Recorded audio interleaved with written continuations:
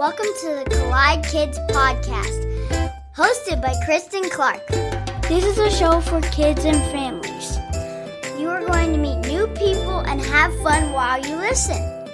Let's do it! Hey, y'all. Welcome to the Collide Kids Podcast. I'm your host, Christen Clark. The Collide Kids Podcast is a show for kids and families where we learn together how life and faith collide. I am so glad you're listening today. Thank you so much for being here and spending this time with me. If this is your first time listening, I just want to say welcome. I'm so glad you're here.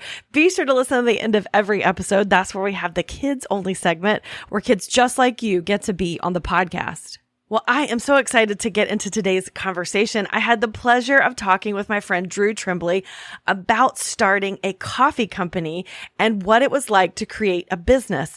And I got to ask him a really interesting question that I want to ask you right now. What is one company or idea or product that's out there that you wish you had come up with the idea of? Right? Like, I wish I had thought of Ziploc bags. They're so practical. They're so smart. Who was that person that thought these tiny little bags need a zipper?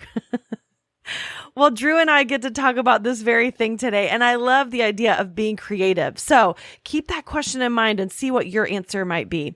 You know, Drew left behind a high-paying job, which was a really tough call, but he knew that God was calling him to do more. And so together with his wife and kids, he took a leap of faith and started a mobile coffee shop called Woodbine Coffee Company.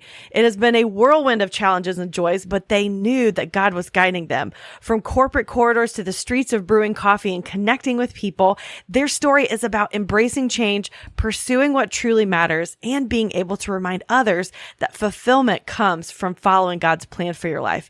This conversation was so interesting, and I cannot wait to hear what your answer is at the end of the episode. So here is my conversation with Drew Trembly.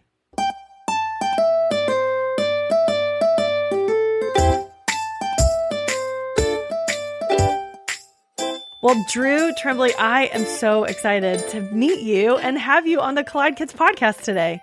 Oh, I'm excited to be here. Yeah, this is so cool. I loved hearing about your story, and so I'm really excited for our listeners to hear about you. Would you just tell us a little bit about who you are and what you do? Yep. Like you said, my name is Drew Trembly. I am a business owner. Me and my wife have started a business called Woodbine Coffee Company. We are basically a mobile coffee shop. So we travel across the local community serving craft coffees, craft beverages, craft treats. We tend to be more towards the specialty items than your basics. That's awesome. And where do you live right now? I currently live in Southern California, and where I grew up. No one knows Menifee. We're about an hour north of San Diego. Oh, very cool. Awesome. So you're on the other side of the country from where I am. I'm on the East Coast. I am, yep. Yeah, Yep. That's great. Well, good. Well, I'm excited. I am a huge fan of coffee, especially really good coffee. I used to work at a coffee shop when I was in high school, and so that's where I learned to love really good coffee. So I'm really excited to talk to you today. But before we do that, because this is a show for kids, I always like to make my guests tell me a joke. So do you have a joke for us today? I do. I actually have 3 jokes, if you don't mind. I had to do one that I have 3 little girls. I have to do my oldest daughter's favorite joke. Okay. And then the other 2, for sure, I have to do dad jokes. Okay. Why don't you ever see elephants hiding in trees? Oh, I don't know. Because they're really good at it. All right, now the better ones, the dad jokes that my kids don't laugh at. Okay. What is brown and sticky? I don't know. What's brown and sticky? A stick. Yeah. And the last one, 2 guys walked into a bar. The third guy ducked. He was smart. He learned. That's he learned. Right. Yep. That's good. Those are great. I love those. I'm glad you laughed because my kids don't laugh at those. See, it's really not for the kids. This part of the show is my favorite. I just love really corny jokes. So the cornier, the better is what I say. Yep. And that's so true that we don't know how good elephants are at hiding in trees. Yeah, you'll know you don't see them. We've never seen it. That's true. Yep. They're amazing at it, apparently. Well, Drew, tell me a little bit about yourself. How did you get started in coffee? Like, what is it about coffee that made you want to create a business around that?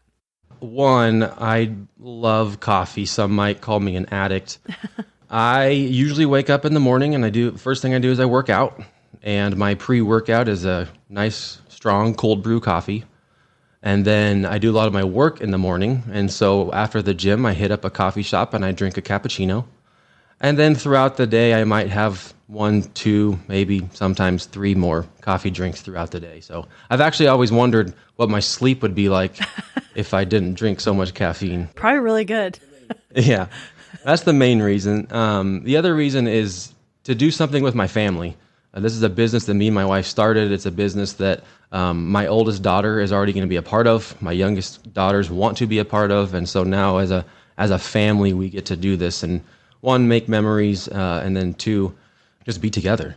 And then the third reason is to serve the local community, to make an impact, to meet people like you do, to hear people's stories. And any good conversation happens usually around a good cup of coffee. That's really true. I love that. Have you always been in the coffee business? How'd you get started in that? I have not. This is not only my first stint in the coffee business, this is my first stint in any business ownership. Okay. I've always had tons of ideas of owning businesses.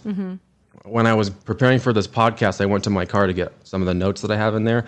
And I pulled out 10 different notebooks full of different ideas. A lot of them are titled Book of Random Thoughts. My phone has a plethora of notes in there. That my wife always tells the joke that I come up with a new business idea every 30 seconds. And so this was our, the first one that hopefully we've started amongst many. Yeah, that's great. And so before that, you were just working like in a regular office type of work situation, and now you're out on the road.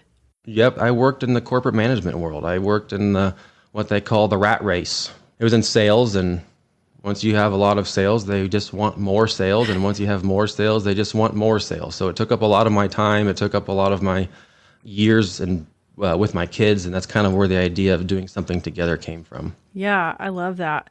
So you talk about how you had a lot of business ideas. I love that you had like notebooks just full of random thoughts and ideas. That's so smart. Like anybody could do that. Like, what if?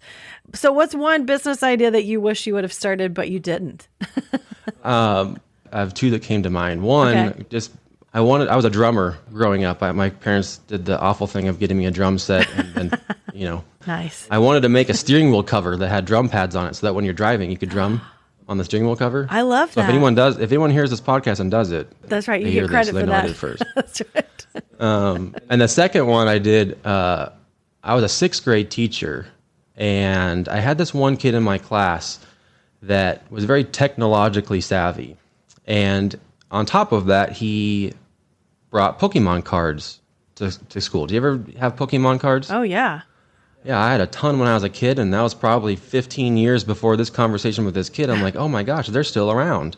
Well, that was the same time period when Waze, the navigation app, was coming out. And you could see people driving by you, and you could, all that kind of stuff. So I got this idea in my head. What if I take the idea of Pokemon and Waze and combined it together to where when you drive by people, you can see their Pokemon and maybe play together. And then obviously I'm a teacher, nothing happened of it. And then a year later, this game called Pokemon Go came out. That's so true. Yeah.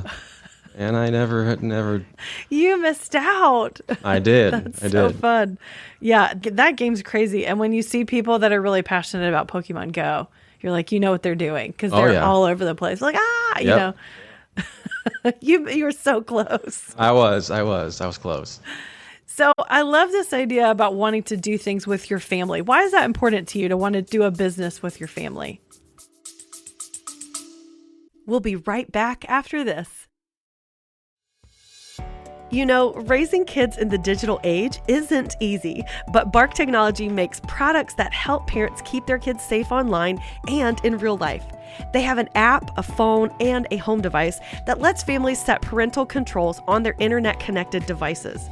I love the app because it helps us manage screen time and blocks websites and apps we want our kids to avoid. It also sends alerts and gives us the ability to monitor texts and social media and even track your child's location. Visit bark.us to learn more about how you can keep your kids safe online. Use the code COLLIDEKIDS to get 15% off your subscription of the Bark app.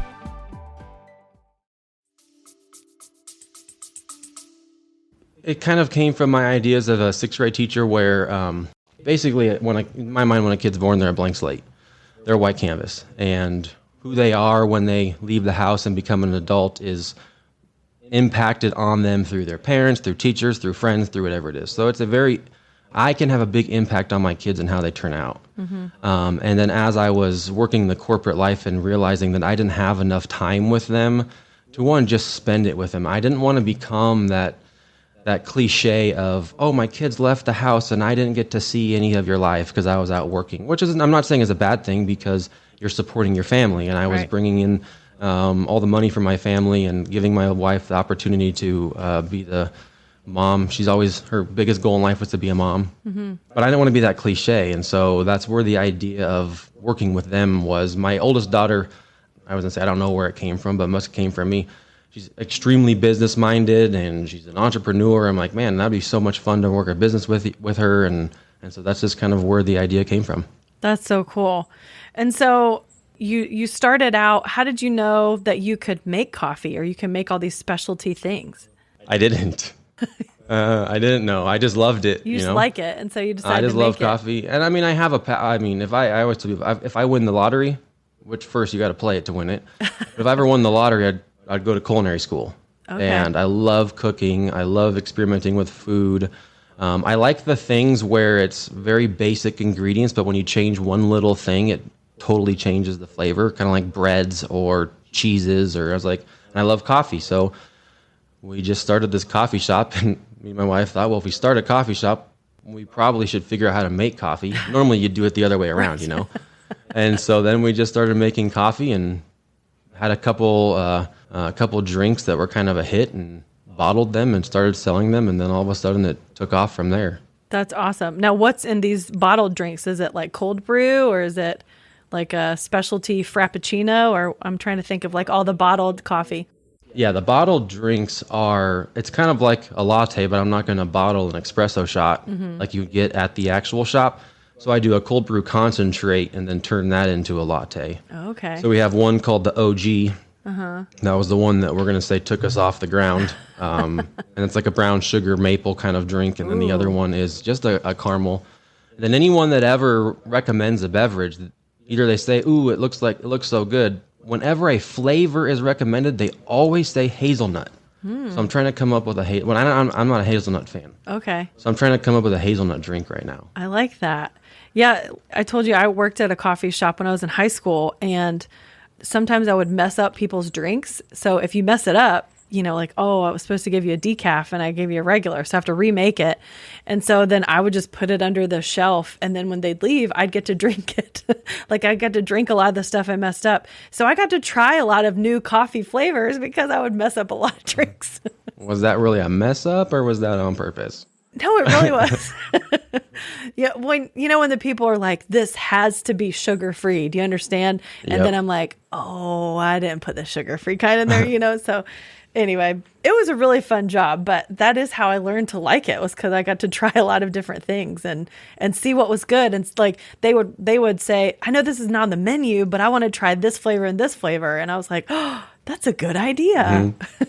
The bad thing about it now, though, is I drink way too much coffee. Oh, yeah. I kind of caught myself. I was doing some school with my daughter the other day, and she said, Dad, why are you shaking? I'm like, I probably need to slow down on the coffee that I'm drinking. Yes. So do your kids drink coffee? Do they enjoy the things you make yet? Yeah, the two worst things you can introduce your kids to are coffee, because they all love it, and I'm not going to let them drink it. Yeah. And then, so they love coffee, and their favorite food is sushi. So I'm like, man, too much caffeine and too much money. I can't do either of them. Yeah. That's so fun that you guys do all this together. And so you get to try new things. You're going to put all this together. So what have you learned about yourself through this process? I've learned that, it's kind of cliche, and I don't like to always use cliches, but you really can do what you put your mind to. Like I said, I've had so many business ideas, and I've never started any of them. And then even when this one came to mind, I'm like, well, we can't do that. And then we just did.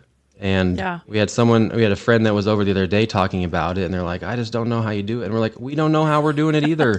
Right. We just are. Right. And You'll make mistakes here and you'll learn from your mistakes, and then hopefully you don't do the same mistake twice. And Yeah. but we're just gonna keep going. I love that. And just being determined, like we started it, we're going to finish it, we're going to commit to it. So that's good. What's something you've learned in your relationship with God through this process? I've learned a lot actually in my relationship with God through this process. And it was actually a calling on my life that I think was supposed to happen a long time before it did. So one thing I've learned is that you just need to listen. If I ever wrote a book on this whole coffee company, it would start all the way back in middle school. I remember in middle school, I went to this church. I don't remember the whole story of why we were going. I think we were there to support some friends that go there. I don't, but that stuff that you remember and you don't know why you remember, and no one else remembers it, but you do. Yeah. It's so vivid. I can remember walking in, how the church looked, and I don't even remember what the message was. I have no idea. I was a middle school kid. But literally the second the message was over, the pastor beelined it to me and my family, my parents. I have one older brother. And he just said to my parents, "Hey, can I pray for your kids?" And they're like, "Sure." And he put his hands on us and he prayed over us. And his prayer for me was, "You're going to be a great leader one day." And I remember my legs were shaking. I remember how much I felt it. And then, it's obvious I've never forgotten it, but it meant nothing to me at that time. But I've always had this idea of this being a great leader coming back to my head throughout my life. So then I went to college. I became an elementary school teacher. I taught 6th grade. And during 6th grade, that leader itch came back. And I started to remember that day in middle school. And so I thought, as a teacher, you can make a huge impact on kids. Yeah. A huge impact. You're with them 8 hours a day, 5 days a week, 9 months out of the year. But I had more fun making a life impact with them than I did teaching math and science. And I'm like, well, I'm getting paid to teach math and science. So then I'm thinking, okay, then I'm going to go into counseling. God has me, he wants me to go into counseling. And I thought, can I flip counseling? And there's my business idea. Can I flip counseling on its head? Like, as a counselor, you do get to make an impact, but you're only meeting with them once a week. So there's something that I could do to change counseling. But everything that's always stopped me is fear. So fear set in. You don't have a degree, you don't have the knowledge, and I didn't do it. I kept teaching. Well, I taught in Nebraska. I moved back from Nebraska to Southern California, where I was originally from, and a few things happened, and I didn't enjoy teaching anymore, and I got into sales. So I started as a sales rep for a window and door company. I quickly grew into a sales manager, and then all of a sudden that leader itch came back. And I'm like, oh my gosh, you can make a huge impact on these grown adults. It's interesting how a lot of adults are just big 6th graders. That's right. I don't know how many of my sales reps that listen to this are going to want to hear this, but running my sales meetings and sales trainings for 35 adults, usually 20 years older than me or more, it wasn't any different than running a 6th grade classroom. Sorry, everyone that heard that. Although all the teachers right now are like, exactly. Yeah. You just got to find out what their skittle is. There you Just go. one skittle, And so I was like, oh man, I can make such an impact on these adults. And then fear set in. You're not old enough. They're not going to listen to you. And so I didn't do anything with it. And that kind of took me into COVID. And COVID it had a big impact on me. It didn't really change my life much because our company didn't shut down. We were still selling windows and doors. But what happened when it first came out, I spent 3 weeks working from home. And it totally changed my outlook on what I was doing with my life. At first, I was like, I'm just going to, I'm going to be a workaholic. I'm going to move up the ladder. I'm going to make a bunch of money for my family.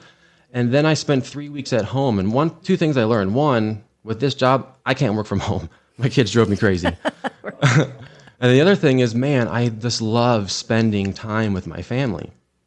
And then 3 weeks went by. I was like, I got to get out of here. I got to go back to the office. I went back to the office, and that feeling just stuck with me. And because of that, it really brought me to the lowest point of my life that I've ever been. Because I was struggling. I was comfortable with this job. I was making really good money. I was providing for my family, but I wasn't there with them. And this is a story for another day. Without God, I wouldn't have made it out of there. But as I was making it out of there, that leadership itch came back. And God's like, you're going to be a motivational speaker. I love talking to people. I love being up in a group. And just like always, that fear came back. You're not good enough. You don't have a story. I mean, you're just an average person that grew up in an average family and you've been a Christian your whole life. And what kind of story do you have? You know, you don't have that crazy story that some people have that go out there. And so you're not going to do that. But this is the first time that I realized I have to get out of it. I can't keep letting fear set in. At that same time, I started getting my Bible out. I can't do this on my own. I was trying to do it on my own. I was going to be on my own, but I was like, no, God had a plan for me back in middle school. So let's try to figure out what that plan was. So I got my Bible out. The first book I went to is Judges. I love Judges because it's all about ordinary people that get used for extraordinary things. Yeah. And I went straight to the story of Gideon. I mean, Gideon is this guy that was basically hiding from God when God found him. God said to Gideon, basically told him, you're going to be a mighty man of valor. Just like God said, hey, you're going to be a leader one day. And what did Gideon say? There's no way. Yeah. I'm the lowest of the lows. I'm the smallest one of my family. My family's the smallest one of the group. There's no way. So fear set in. Fear set into Gideon. Then he said to him, if now I have found favor in your sight, then show me a sign that is you who talk with me. God showed up to Gideon and said, hey, I'm here, and you're going to be a mighty man of valor. God showed up to me in middle school and said, you're going to be, and what did I do? I said, okay, God, I know you're here, but why don't you show me a sign? Why don't you give me a sign? And God's kind of like, oh, okay, like I'm not good enough. You need something else. Okay, now God is so gracious and great with things. He says, okay, I'll give you a sign. And then on top of that, Gideon then says, wait, God, stay right there for a second. I got to go back to my house real fast. I'll be right back. I'm going to show you something. I'm going to give you a sacrifice. And God's like, I'm here right now. Like, I don't need a sacrifice, but I guess, okay, go ahead. And he's so patient and he's so gracious. And so all of these times, God's building these things up in my life, and then all of a sudden fear sets in. And this happens over and over. And then I'm like, wow, God's been ready to use me. It just took me that many times for God to show me he's ready to use me. Yeah. I completely quit the corporate world. I dropped the big paycheck and said, hey, we're leaving. And it's been the first time in my life where I've just kind of given it all to God. Gave it all to God and said, God, I have nothing. You do whatever you want. Wow. And we have a coffee trailer business now that I don't know how it's working. I don't know how it's turning out. I don't even know what we're doing. And all of a sudden orders start to come in and people start to say, oh my gosh, this tastes so good. And it's unbelievable.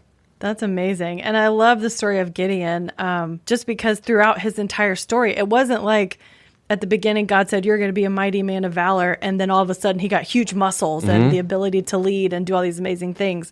It was throughout his whole story. He had to trust God in each of those moments and really lean into that. God, he is who God says he is, regardless of what the circumstances say. And I love that your story is just about listening to God instead of listening to the fear, because I think we all face that. Like fear gets into so many things, and it's so easy to be like, oh, I'm not qualified for that. I can't do that.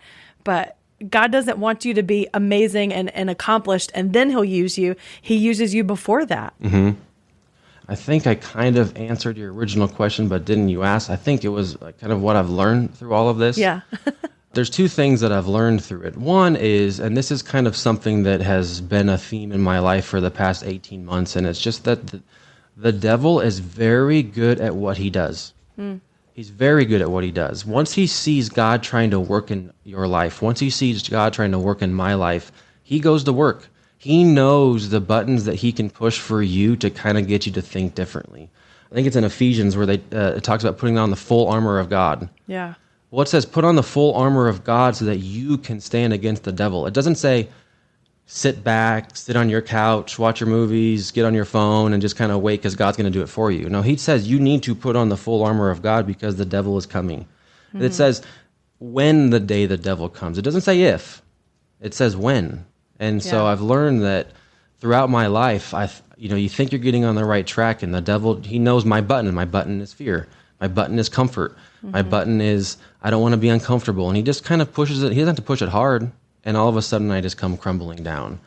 And then the other part is kind of what you're saying is don't wait, just do. When I first got back into my Bible and I started reading after Judges, I got this memory verse. It's in Esther. She's one of the king's wives, and then the person in the king's court says, hey, we're just going to kill all the Jews. Well, Esther has to go to the king and tell him, no, don't do that. But she knows if she does that, it's illegal, and she could get killed to do it. Mm-hmm. And it says, if you remain silent at this time, relief and deliverance for the Jews is still going to come. Mm-hmm. But then it says, and who knows that you have come to your royal position for such a time as this?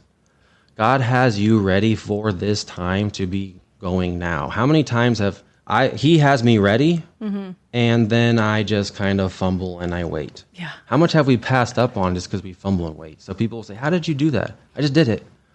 After I tell people about starting my own business, they're like, oh my gosh, I've always wanted to do that. I've always wanted to just drop it all and start my own. Well, then why don't you? Yeah. There's no better time than now. Yeah, that's so good. And it makes me think too of, like even though there's been lots of moments where you probably should have moved forward when you didn't. And I love that God is so redemptive in that mm-hmm. there's so many things in your story that God is not going to waste any of that. So all of those things had a purpose at the time too. And God's going to use each of those things to make what's happening now for his glory. And so I just love that. Drew, thank you so much for sharing your story today. This has been so good, and I've loved learning from you. And I really want to try your coffee now. That maple brown sugar thing sounds amazing. Once I find a way to an affordable way to ship it in cold packages, I will send you some for sure. I can't wait. Well, before I let you go, I always like to ask my guests to share a memory from when they were a kid. So, do you have anything you want to share with us today? You had mentioned this, and I didn't come prepared for this. And if you know me, I'm more of a humorous guy, and I try to find the funny things in life. But I couldn't find that quickly here. But I do have the thing in life that I think had the biggest impact on me to get me to where I am now. Yeah. Between the ages of preschool through third grade, I actually lived in Egypt. Wow. And living in that, one thing I wish I could do differently was actually learn Arabic. But I didn't because they knew enough English over there where I didn't need to. But living over there and kind of seeing, it's a third world country. Cairo's pretty modern.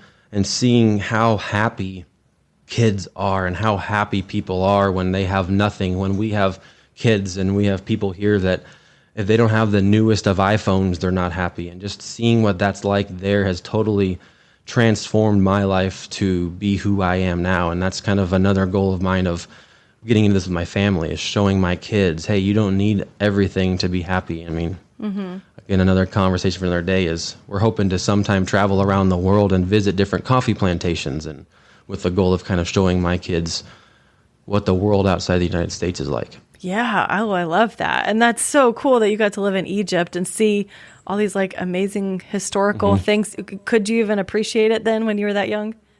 I don't know. I've always wanted to go back there because what I think I remember is a lot bigger than what it normally is. But yeah, we got to go to the pyramids. We got to go to all that. We got to go so much that when family would come over from the United States, my dad's company, we would take a driver from my dad's company and say, hey, you just go. We've been there plenty of times. If I would have stayed and graduated high school from the school I was going to, the graduation ceremony was underneath the Sphinx. Really? Yeah. Oh, yeah. We were out there once and saw one. Yeah, they light it up. It's really cool. That is so cool. Wow. Well, Drew, I am so excited that we got to meet, and I really appreciate you sharing your story. Tell us again where we can find more information about you and your coffee company. Right now, the best way to find us is on Instagram. We are Woodbine Coffee Company, Woodbine. It's actually named after the street that my father-in-law grew up on. Okay. So right now, that's the best way. We're almost done and finalized with our website. But yeah, the best place would be on Instagram. And if you're in the Southern California area, go find their coffee trailer and get some coffee. Oh yeah, stop on by. That's great. Well, thanks again, Drew. This has been great. Thank you.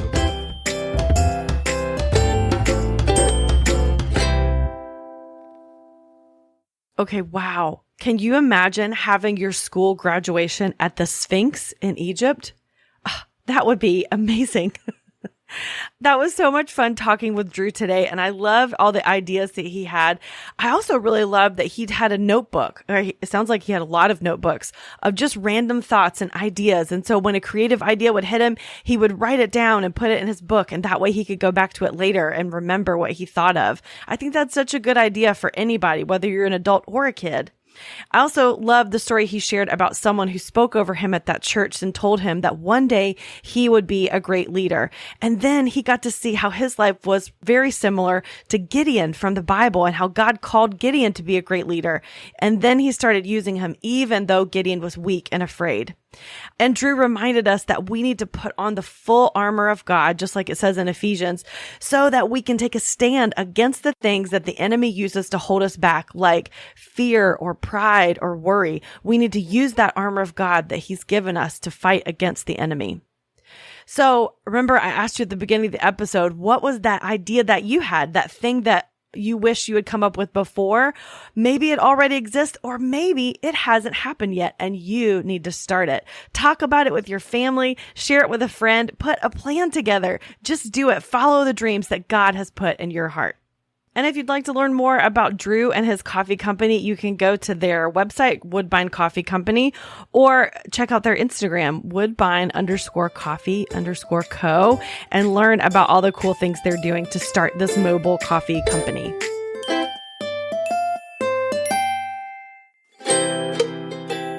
Well, now it's time for the kids only segment. This is the part of the show where you get to be on the podcast.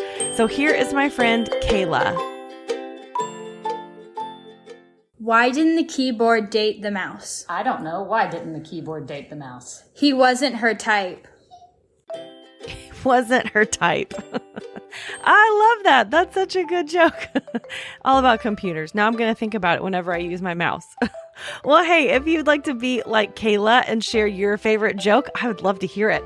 Or maybe you have an encouraging quote that you like from a book or a movie, or your favorite Bible verse you want to share. Just go over to my website, collidekidspodcast.com, and click the tab at the top that says Kids Only, and you can record it right there. Or you can find information about how to send it to me through my social media as well. I'm on Facebook and Instagram at the Collide Kids Pod.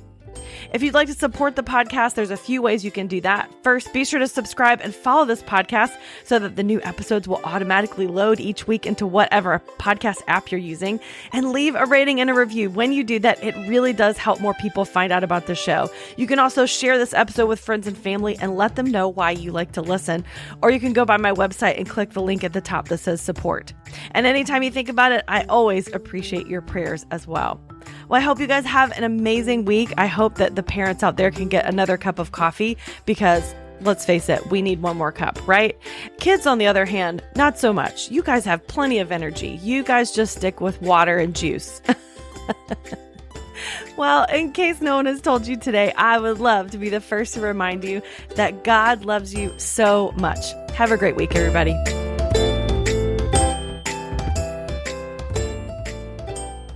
You don't have to go very far looking for bad news because somehow it just finds you. So finding peace in the chaos can be really difficult, but it doesn't have to be because the River mobile app exists. The River is a Christian music radio station dedicated to playing music to help you get through life's toughest moments or life's happiest moments and everywhere in between. And all from artists who love Jesus and are real people just like you. Listening is easy. You can download it wherever you get apps from. Just search 1049 The River or listen online at riverradio.com. And know that The River is proud to partner with the Collide Kids podcast.